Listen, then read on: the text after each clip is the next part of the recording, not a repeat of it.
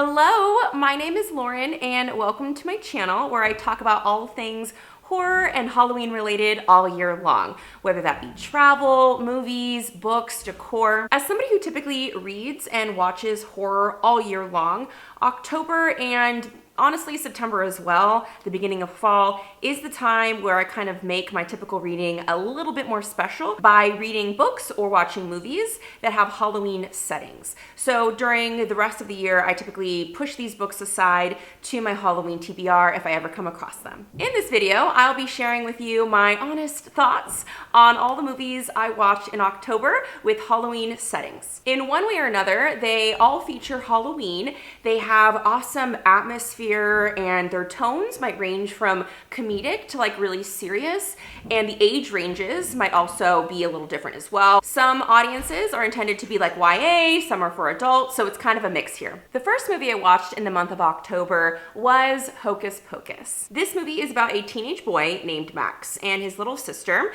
After moving to Salem, they struggle to fit in before awakening a trio of diabolical witches that were executed in the 17th century. I saw this movie in theaters for, I think its 30th anniversary with my mom, which was so much fun because she really loves that movie. She loves witches, she loves Salem. I do feel like there are people who love this movie way more than me out there, but I do really enjoy it. It's a big part of my childhood, and I didn't realize until recently that it did come out the year I was born because I'm 30. As I was having my adult rewatch of this movie, because I haven't seen it in very many years, I would love to be in the writer's room when they were coming up with the plot of this movie and how they had to decide, okay, how are we gonna like move the story forward and get these witches back into the picture after, we have to raise them from the dead. And who in that writer's room, probably made up with like all men, I'm presuming, or mostly men, thinking about like, let's have it be a virgin who lights the candle. Like, who has counted? Let me know if you've counted how many times they say virgin in that movie. It is so strange to me that went way over my head as a kid watching this, and then as an adult, I'm like, it said literally like every 20 minutes in this movie. Like, what? Anywho, moving on to The Curse of Bridge Hollow, which I streamed on Netflix. This movie is about a teenage girl who accidentally releases an ancient and mischievous spirit on Halloween, which causes decorations to come alive and wreak havoc. I thought this movie was genuinely so cute. You have all these Halloween decorations everywhere. The atmosphere is really here for Halloween. The settings in this movie definitely utilize a lot of places and spaces you would imagine when you think of Halloween in the United States. So you have a haunted house in there. You have this like jack-o'-lantern contest that the town is all like really excited to participate in. I love the Stingy Jack lore because if you do research Stingy Jack, he is like the origins of our jack-o'-lantern tradition for Halloween in the United States. It was just really nice to see Black people just living their lives, going on these adventures, saving the day. And it's also really funny to see how the young girl in the role, who's a phenomenal actress, how she utilized a lot of her skills to save the day, as well as her dad. And I think my only real issue with this movie is like there are a lot of like cheesy moments in there where like they'll say something or do something that's like overly sentimental, but I think that comes with the territory of this being more like a younger audience. And then they also did use some words that I know aren't necessarily appropriate or desired for that specific group. I'm referencing the Romany references in this, where there's like a character that's being called a slur for the Romany community. So that really kind of took me out of the movie, but it did just come up like once or twice. The next movie I watched was Ginger Snaps, which I believe I streamed on Tubi. This movie is about two death-obsessed sisters, outcasts in their suburban neighborhood, who must deal with the tragic consequences when one of them is bitten by a deadly werewolf. I am absolutely, like, excuse the pun, over the moon obsessed with this movie. I know there are sequels. I will for sure be watching those. Like, it is everything I want in a horror movie. If you loved Such Sharp Teeth, you should watch this movie like today because it uses the werewolf in a very similar way, but at a different chapter or phase in the female experience. I love that the werewolf trope is able to really capture what goes down like emotionally in that space from child to young woman, where it's like this really uncomfortable in between, this liminal space that is filled with so much discomfort with yourself and with others, or your relationship to others are just in flux and they're changing because you're changing. And I love Such Sharp Teeth specifically because that book talked about those same kind of topics. The next movie I watched was Cobweb, which is currently streaming on Hulu. It is a very new release. This movie is about an 8-year-old boy who tries to investigate the mysterious knocking sounds that are coming from inside the walls of his house, unveiling a dark secret that his sinister parents have kept hidden from him. This movie starts off really slow, but it just goes to wild places that I don't see from the outset, and also I did not get a glimpse of in the trailer. So kudos to whoever's on that marketing team, because I feel like a huge issue with horror movies today specifically is that they show too much in that trailer, and I really feel like they went the conservative route with the trailer for Cobweb, and I think that really helps. I know this movie is a huge hit for the horror community. Like, people are raving about this. The atmosphere is 10 out of 10. It is more quiet horror, so there are like these little moments that you're just like confused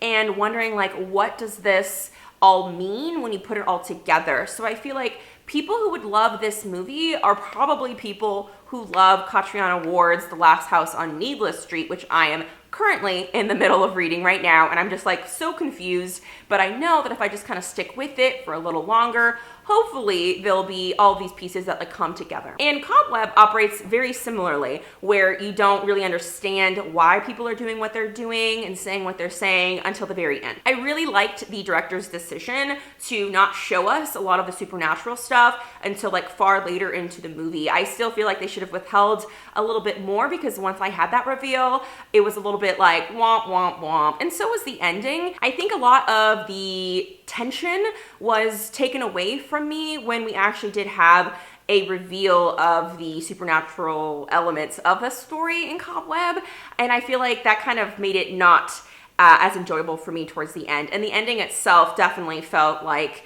a letdown a little bit, because I feel like there was just so much like interesting stuff going on earlier. You know, the atmosphere was there. There's like a pumpkin patch right next door. The house is really dilapidated. Lots of like dark colors and very little lighting. Everything was really there for me. You have this really great young child who is fantastic at acting. The parents are like just wild and kooky, and you're like, okay, why are they being so abusive to this kid? And then I just feel like the reveal about everything like just kind of was underwhelming to me. I feel like maybe it was like just a little bit cliche, or like it had been done before, nothing too original in my opinion. I have a bone to pick though, because as an educator myself, we don't make house calls. Like, I feel like there's some legal issues with that. So I don't know. And also her decisions later on, I was like, okay, do you have no tact? Like, that is like putting the young child in a really unsafe situation. So I don't know, that can really feel really realistic to me, but never does TV depict my profession in a very accurate light. The next movie I got to was Night Books, which I streamed on Netflix. This movie is about Alex, a boy obsessed with scary stories, who is imprisoned by an evil young witch in her contemporary New York City apartment. Nobody really talks about this movie. I feel like it really fell under the radar. I think there's an appropriate level of like sentimentality in Night Books, where I feel like it isn't cheesy. It wasn't like cringing at all. I feel like with the emotional parts of the movie, it felt very convincing, very realistic. And this movie goes to some incredibly dark places. The director, Sam Raimi, is obviously taking inspiration from some really iconic and well-known fairy tales, which I won't say too much about, so I won't reveal anything. But I did feel like he brought out the mature themes and thought really highly of his audience, or maybe wanted to like broaden it, because I feel like it does do things that other movies like on this list, like The Curse of Bridge Hollow, really didn't go that far. Like, it's very artistic, very visually beautiful. It's a movie essentially about self-acceptance, and you know, no matter what age group, because this is like a young kid who's dealing with this, I think like in middle school, no matter the age group that you are experiencing this movie as you're watching it, I feel like that is so universal as an issue, like just to accept who you are when other people aren't necessarily getting it, like getting who you are or why you like what you like. like in terms of your hobbies or interests. And just like the styling of this movie, it is incredible. It's like truly what they say, like feast for the eyes. Like this movie is fantastic. The next movie I got to in October was an adult rewatch, and that is of Casper. Casper is iconic, and luckily it was streaming on Netflix. This movie is about an afterlife therapist and his daughter who meet a friendly young ghost when they move into a crumbling mansion in order to get rid the premises of wicked spirits. I love when, as an adult, I get to watch movies that I have not seen for like 20 years or so. Like I have all these snapshots of parts of the movie in my head, but they're like decontextualized. So to like put it all into actual like perspective by watching it was so much fun. That female villain who's like on the hunt for treasure, I remember her so much, and I just thought she was like so scary growing up. She did such a great job at being this villain in this kid's movie. I also didn't remember, and obviously as a kid it's gonna go like way over my head, all the cameos from actors. Like, was Casper a really sought out movie to be in when it came out? Was it like a hit? I have no critiques of this movie. I have zero cons. I feel like it really does hold up. And tell me why I cried at the very end, like the last 10 minutes. I was bawling like a baby, and it has a lot of themes revolving around like grief and acceptance of death and loss. It like takes you there emotionally, like it takes these things really seriously, but then it does like kind of flip-flop back and forth into a more lighthearted, jovial tone. So it is heartwarming, and they do have those moments. It's very family friendly, and I feel like it'd be a great movie to watch with younger kids to kind of help them start thinking about what it means to really deal with death and loss. Like I feel like it's a good conversation starter. And obviously I had to rep my Casper shirt, and I just adore this movie. I think I even love it more than Hocus Pocus. Last but not least, I saw Totally Killer, which is streaming for free on Amazon Prime. When the infamous Sweet 16 killer returns 35 years after his first murder spree to claim another victim, 17-year-old Jamie accidentally travels back in time to 1987, determined to stop the killer before he can start. It is so nice when a movie that is set in a time period actually like embraces that. I feel like this movie made me feel like, oh, I'm like a teen in the 80s. I missed out on so much. Like that is my mom's favorite time period or favorite decade. And when she tells me stories about the 80s, I'm like, ugh. They had so much fun.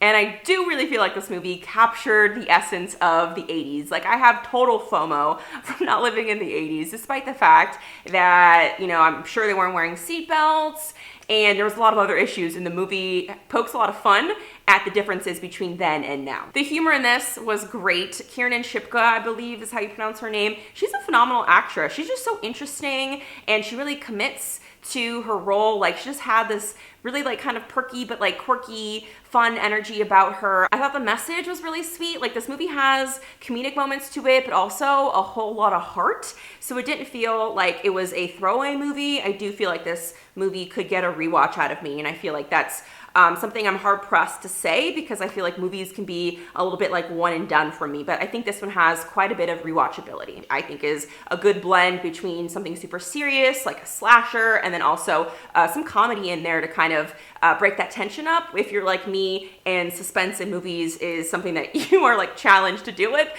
because you have anxiety. So those are all the horror or horror adjacent movies set within the Halloween time period that I got to in the month of October. I would absolutely love to know what are some movies that you love that take place during the Halloween season. Please leave those down below in the comments because I need to be creating more of a watch list for this time of year. I feel like I have tons of books that are set within Halloween that are on my list to get to, but the movie list is seriously lacking. So I'd absolutely love to know. I am so appreciative of you listening to me, watching my videos, commenting, giving it a like, subscribing. Thank you so much for that. It truly means the world to me. I hope your October is relaxing, magical, and I will see you all in my next video. Bye!